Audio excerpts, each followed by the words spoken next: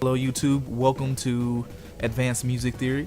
My name is James Revels. What I normally do is I would write a blog about some advanced music theory idea that I've learned while surfing the internet or reading up and whatnot.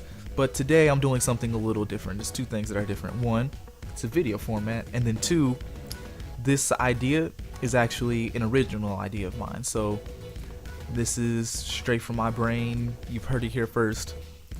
And what I like to call this is a measure grid. Today I will be describing it, and in another video I will actually show myself filling in one of these so you can fully understand the concept. So without further ado, here we go. Alright, so what is a measure grid anyway? Well, a measure grid is a graphical representation similar to the current 5-line staff that we have now. But instead of it being easier to read for people who play instruments, this one is easier to read for people who compose and orchestrate. It is especially beneficial for 4-part voice writing because you can see what all the voices are doing simultaneously in the measure. Alright, so how do we read this? Well, let's start with this top gray bar here.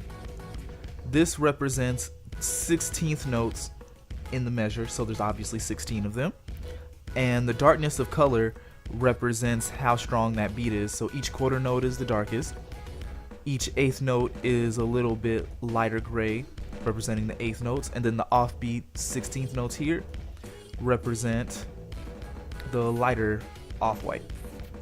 Now these specific colors here, the red, orange, and yellow, etc., represent the separate voices: soprano, alto, tenor, bass. And for each one I have 2 variations, just in case there's a variation or I have accompaniment playing along with the measure that I also wish to notate. So now, what do we fill into these empty spaces here?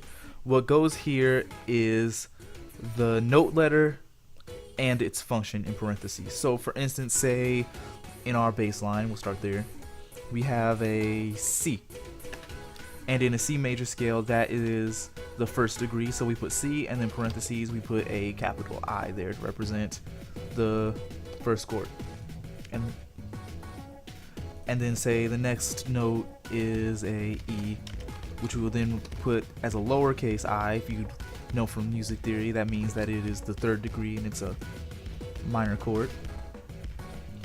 And then we would go on and notate the rest of the measure. So I'm just gonna put some stuff: G, capital V for the 5th, and then I guess I will end it with C again for simplicity. Alrighty then. So what this means is that we have a C, an E, and a G, and a C. Now what does this do over here? What this does is this denotes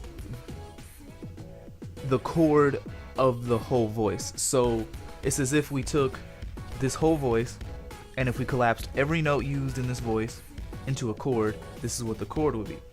In this case, C, E, G is a C major chord, so in here we would put C major. This way we can know what notes will complement and go with this bass line. Now, what about the horizontal here? I'll get to that in 1 second. We use this once we start adding extra voices. So I'll start placing something in the alto, for instance. So for here, I'll start off with G. Let's see. There, I'll put a B, just to switch it up some. 7, and then I usually use the asterisk to represent the diminished nature of its function. And then I'll put a there, so we can get some interesting things happen. So now we can finally move on to the bottom one. What the bottom part does, and this is the most crucial, is that it shows you incidental chords, basically chords that happen only on specific beats. And this way we can fashion proper accompaniment that does not clash. So, for instance, we notate this chord, since it's just a C and a G, that would be a C major chord. Nothing too crucial. Here would be the E. It'd be an E minor in this case. In this case, since there's only a lone B here, it will just go straight down, and then that's a B diminished chord. And there's just a G there, so that's just the G. And then right here would be